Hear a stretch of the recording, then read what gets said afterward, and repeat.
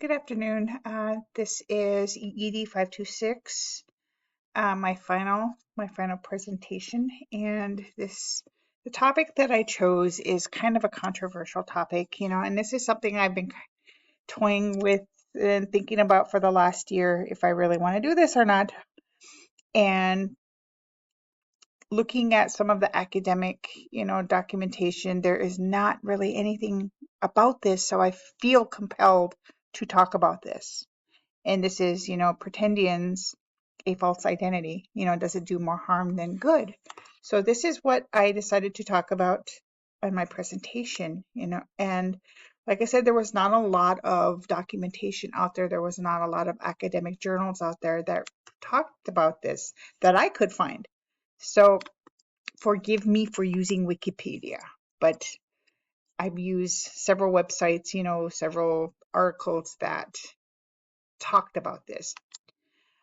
So why this matters, Native Americans are the only ethnic group that has to prove their lineage, and that is something that is, we have to carry our degree of Indian blood. We have to submit our enrollment papers when it comes to claiming descendancy.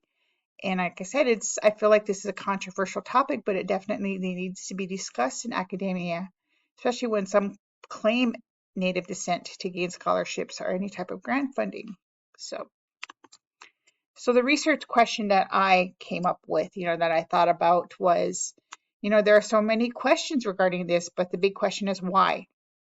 And lately with the rise of social media, it's become prevalent in the claims of Native descendancy, particularly when there is no ties to any type of reservation. And the individuals that claim this, they create that identity for notoriety, basically, and what is a pretendian? Pretendian is it's a person who engages in indigenous identity fraud.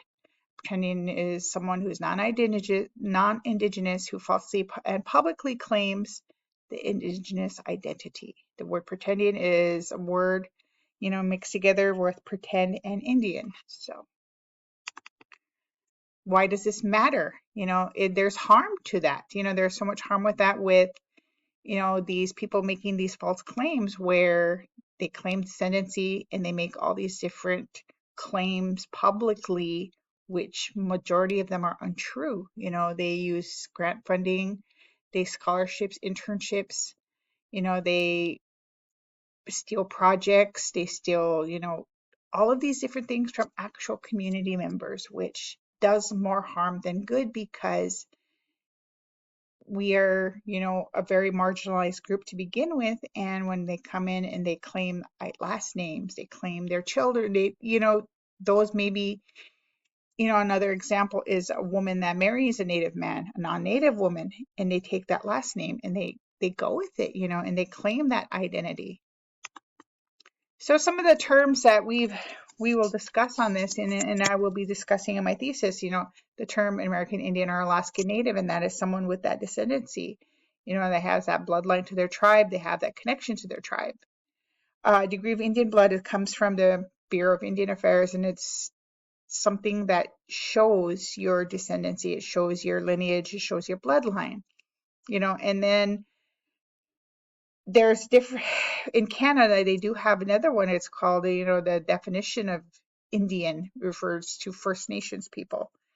So it talks about their requirements. You can be registered if one or more parents are registered. And it depends on the tribe. It depends on which tribe that you're working with. Some have higher blood quantum requirements, some have lower. So that's another top. I can get into that further with my thesis, but that was, that's something, that's the topic. Okay, the significance of this. Make sure, yeah, significance of this. Significance of this is getting the word out there. Just recognize those that do have actual Native descendancy, period. The fact that these individuals use these pretenses to gain scholarship monies, federal funding, and notoriety. It's not only unethical, it's a slap in the face that those that, are Native descendancy and they are trying, they're trying to find their own path in academia, trying to find their own path, and you see others that are non-native and they claim that same path, but they get more notoriety, you know. And like I said, it's a very controversial topic, I feel, but it's something that needs to be talked about. It's something that needs to be discussed, you know, and there's, especially in this day and age when there's so many professors out there that are claiming native descendancy and you find out that they're not, you know, there's even senators out there that claim native descendancy and they find out that they're not. You know, so it's something that really, really needs to be discussed. So the key concepts of this is recognizing this as a problem. You know, recognize anyone that claims native descendancy does not have the same intentions. You know, like I said, there's key political figures who claim this. There are actual professors out there that claim this. There are, you know, different people in society that have claimed native identity when they do not have any type of lineal ties to tribes. They do not have any lineal ties to any reservation, you know. So the question identity, when it comes to grants or the funding, there should be some sort of vetting process. You know, there should be some sort of proof. I know, and I understand that, you know, there are people that are reconnecting, you know, that maybe their parents were half, so that doesn't make them qualified, but you know, I feel like they should try to reconnect with their tribe and their reservation first before they even claim any type of, you know, lineage. That's my thoughts, you know. So in conclusion, you know, it's not intended to be mean or cruel. It's intended to protect our Indigenous identity as a whole. You know, like I said, there's little academic documentation on this, so I had to work with what I could find.